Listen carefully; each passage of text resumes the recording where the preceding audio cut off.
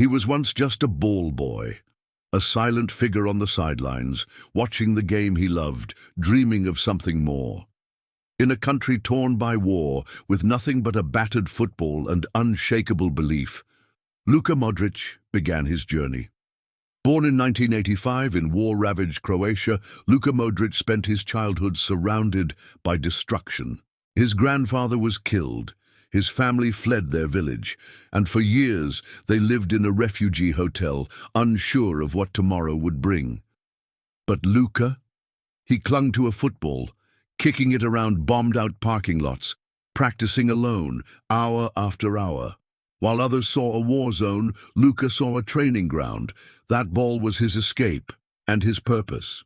They said he was too small, too weak, too quiet to survive professional football. Dinamo Zagreb saw something others didn't. But even then, Luka had to prove himself through loan spells in the Bosnian league, one of the roughest in Europe. He didn't just survive, he shined, outplaying, outthinking, outlasting his opponents. It wasn't strength, it was vision, it was control. Luka had something rare, and people started to notice. When he signed with Real Madrid in 2012, headlines called him the worst signing of the season.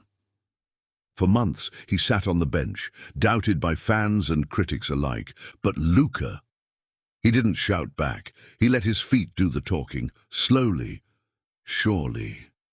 He transformed into the heartbeat of the team, a silent general on the pitch, a magician with the ball, Champions League titles, La Liga glory, one of the greatest midfields in football history, with Modrić at its core.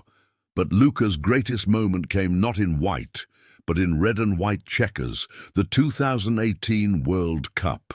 Croatia, small, underestimated, outnumbered, rose all the way to the final.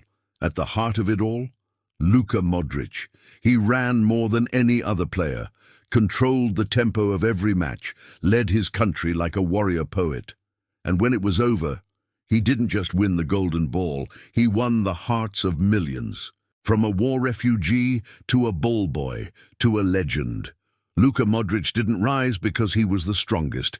He rose because he never gave up. Because when the world doubted him, he trained harder.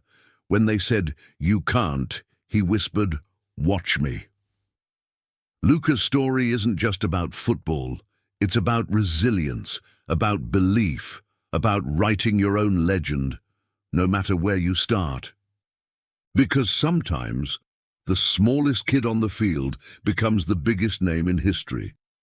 If Luka Modric's story inspired you, make sure to like, share, and subscribe for more legendary stories from the world of football. And remember, every legend starts somewhere.